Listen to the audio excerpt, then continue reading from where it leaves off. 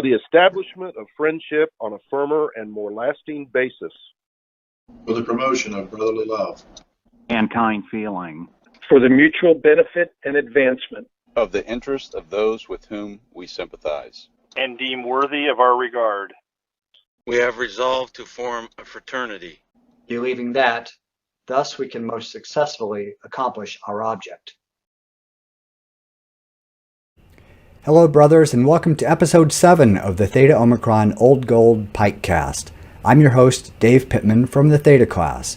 With me, as always, is Theta Omicron Alumni Association President Jason Hill from the Alpha Kappa class.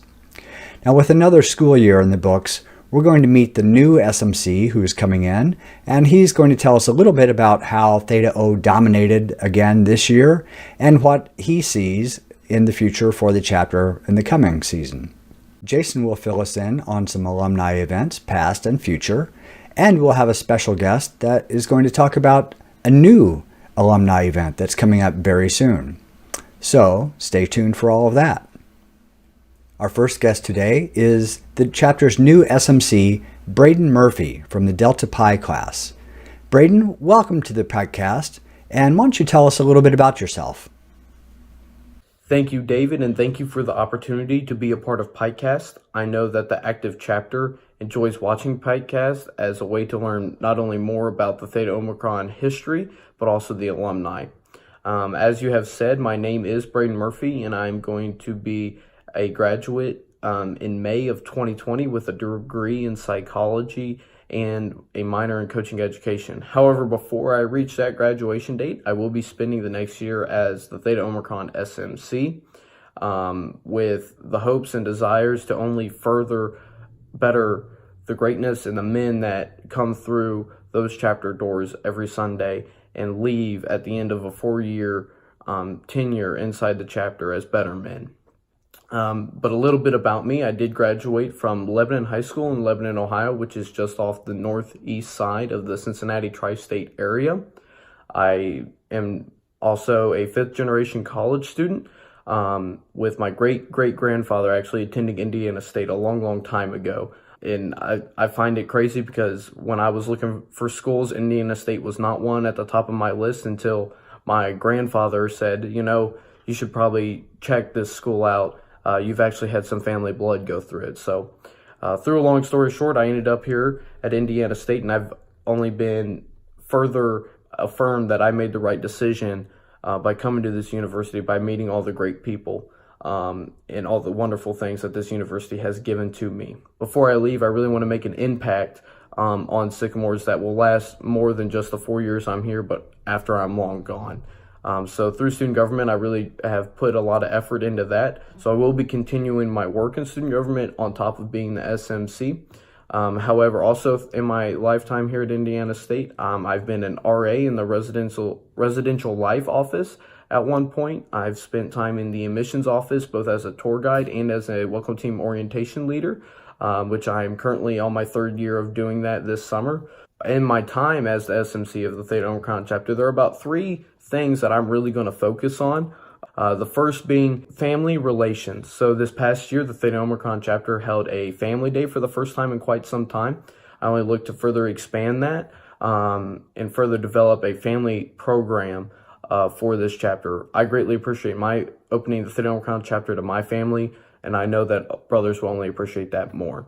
The second item that I wish to develop inside the chapter is that alumni relation piece. One thing that I've noticed, both going to Pike conferences and talking to other fraternity men on Indiana State's campus, is our alumni are special.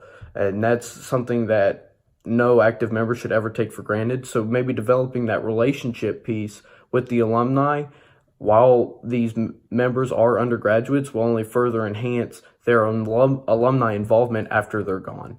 And then the last thing I really would love to focus on is that involvement piece. Sometimes where the focus of this chapter goes is in the involvement piece of that kind of goes sideways. So trying to maybe recorrect and figure out what can we change inside the chapter to help re-engage those members of the chapter is something that I'm really looking forward on focusing on. So those are my 3 action items on top of all the other stuff that come with being the SMC.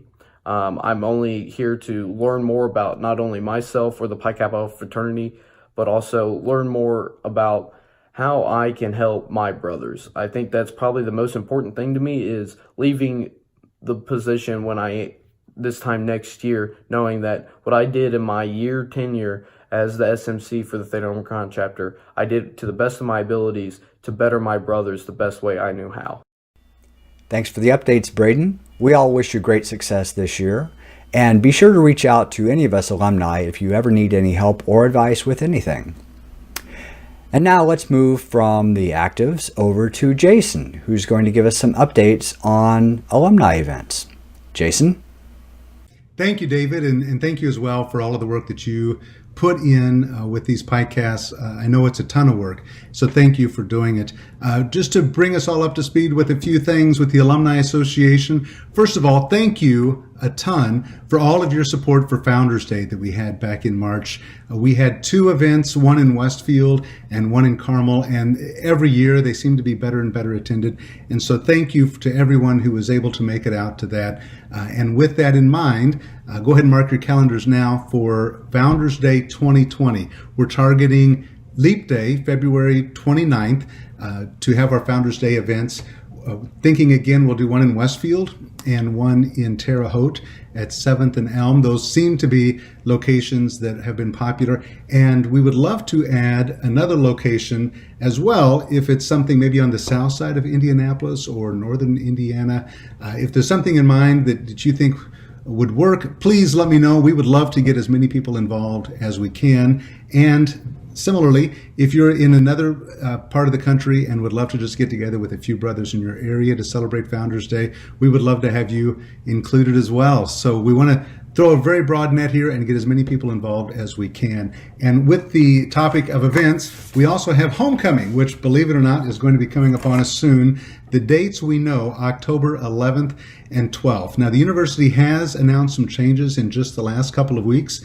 We know that Trike is going to stay the same. The blue and white parade is going to stay the same, but Tent City is changing. And so the current understanding from the university is that what has historically been the Tent City around the stadium is going to go away. The ISU Alumni Association is going to have their tent inside the stadium for alumni to visit. But the organization tents, like what we've been a part of and so many other organizations, that's going to be relocated onto campus. And so we're still trying to figure out what that means for us and other organizations like us.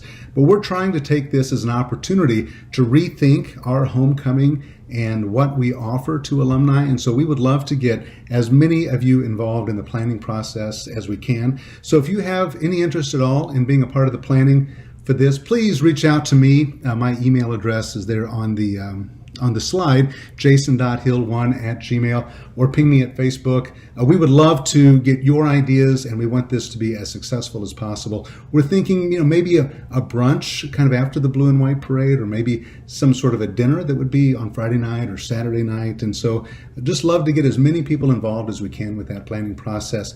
Now, another final thing to discuss is contact information. This is always a big push for us, and so we're going to make another big push this summer.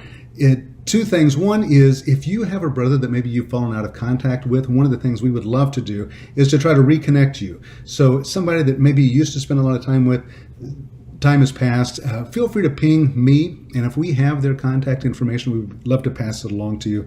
Secondly, getting your contact information. Even if you think we have it, would you take 30 seconds and send me an email or ping me on Facebook if that's what you prefer, and just let me know your contact information, your home address, a phone number, and an email address. That would be just enormously helpful to us, and we'll communicate that as well to the university and the international fraternity so that hopefully it's as easy of a process for you as you can, and you won't get pinged by a lot of different people. We'll do some of that back-end communication for you. So thank you all for your continuing to support the Pikecast, and thank you, David, for putting it together.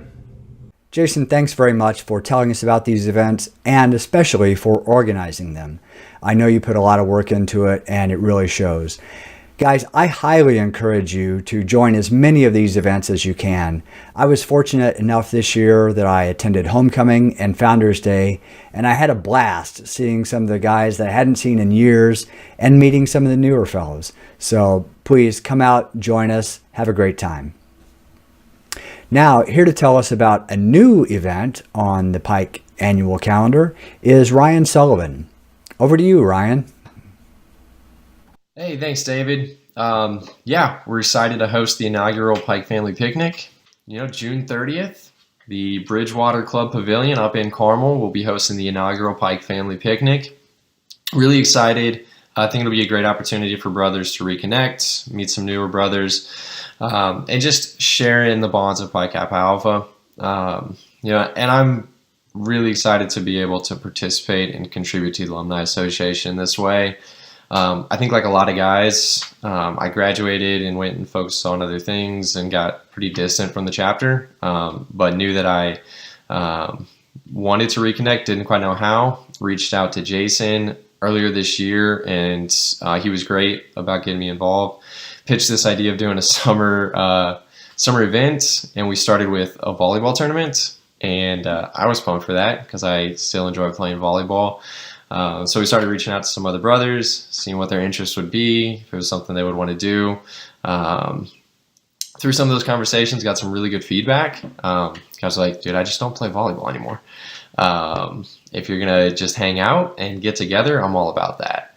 And that really resonated. I've got a 1-year-old and my wife is afraid of flying objects. So, getting into the stage of life that I'm in, a volleyball tournament's not a great idea for my family.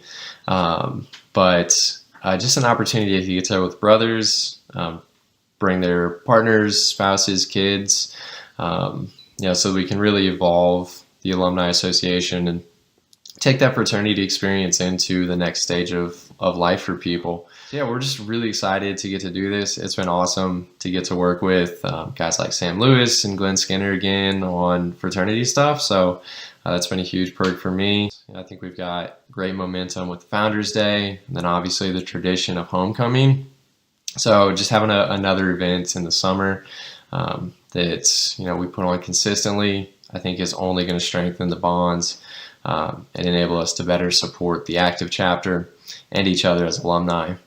So again, thanks for hosting Pikecast. Thanks for letting me get on and shout out Pike Family Picnic. June 30th, Bridgewater Club Pavilion up in Carmel. I've got a great park, little playground area, some basketball courts. We're still going to do volleyball. Randy Mote's going to help coordinate that, so it'll be well done. Bring cornhole boards. We'll have a spike ball set up. Should be a great time. The Alumni Association and the committee going to provide some meats. Bring a side, bring a dessert, bring some drinks. Back in our day, it was Keystone Light. Whatever you want to bring, we'll have some coolers available. Just excited to get the brothers out there. I think it'll be an awesome day, and look forward to seeing everybody.